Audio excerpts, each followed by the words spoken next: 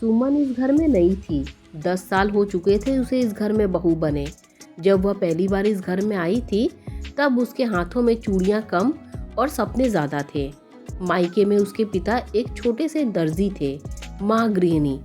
सुमन ने बचपन से ही सीखा था कि कम में कैसे खुश रहा जा सकता है।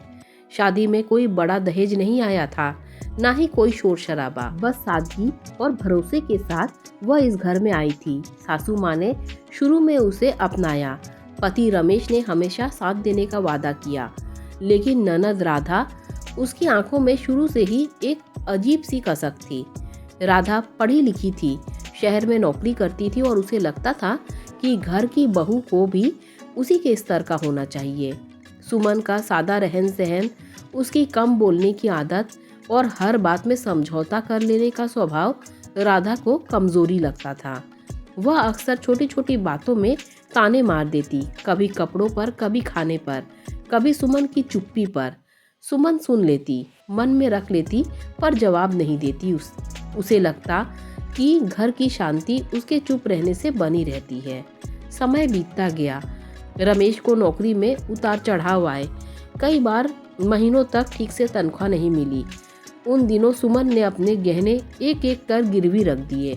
उसने कभी रमेश से शिकायत नहीं की, न सासू माँ को बताया। वह घर के खर्च को ऐसे संभालती जैसे कोई अनुभवी नाविक तूफान में नाव संभालता है, धीरे धीरे, समझदारी से। राधा तब भी ताने मारती, भाभी आपके मायके से तो कुछ खास आया नहीं, सब भाई ही देख रहे हैं। सुमन बस मुस्कुरा देती।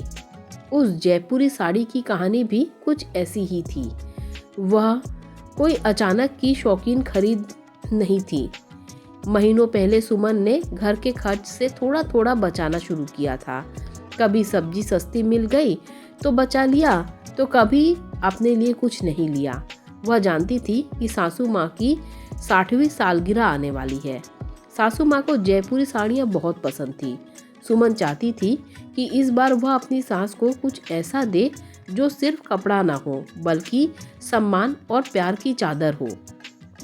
उसने शहर के एक छोटे से बाजार में जाकर वह साड़ी खरीदी। दुकानदार ने दाम बताया तो सुमन ने बिना मोल भाव के पैसे दे दिए। उसके लिए वह साड़ी महंगी थी, पर सासू माँ की मुस्कान उससे कहीं ज्यादा कीमती। घर आकर उसने साड़ी को अलमारी में सहेज कर रखा, मानो कोई अनमोल खजाना हो। उसने किसी को नहीं बताया, न रमेश को, न राधा को। वह चाहती थी कि वह तोहफा चुपचाप अपने अर्थ बोले, लेकिन किस्मत को कुछ और ही मंजूर था। सासू माँ की सालगिरह से 2 दिन पहले घर में मेहमान आ गए। राधा भी शहर में आई हुई थी। उसने अलमारी खोली और साड़ी देख ली। उसकी आंखें चमक उठी, पर चमक में खुशी नहीं, जलन थी। उसी पल उसने तंज कस दिया, भाभी आपने कहाँ पहनी होगी इतनी महंगी जयपुरी साड़ी? मानो वो कह रही हो तुम्हारी औकात से बाहर है। आंगन में सन्नाटा छा गया। रमेश कुछ बोलने ही वाला था कि सुमन ने उसे इशारे से रोक दिया। उसने शांति से कहा, राधा यह साड़ी मैंने पहनी नहीं है। उसकी आवाज में कोई कटुता नहीं थी, बस सच्चाई थी। राधा हंस दी। तो फिर किसके लिए है? माँ के लिए? इतना महंगा तोहफा? उसके शब्दों में सवाल कम, शक ज्यादा था। सुमन ने कुछ नहीं कहा। वह जानती थी कि हर जवाब शब्दों से नहीं दिया जाता। अगले दिन सासू माँ की सालगिरह आई। घर सजा हुआ था। सुमन ने सासू माँ को वही जयपुरी साड़ी पहनाई। सासू माँ की आंखें भर आई।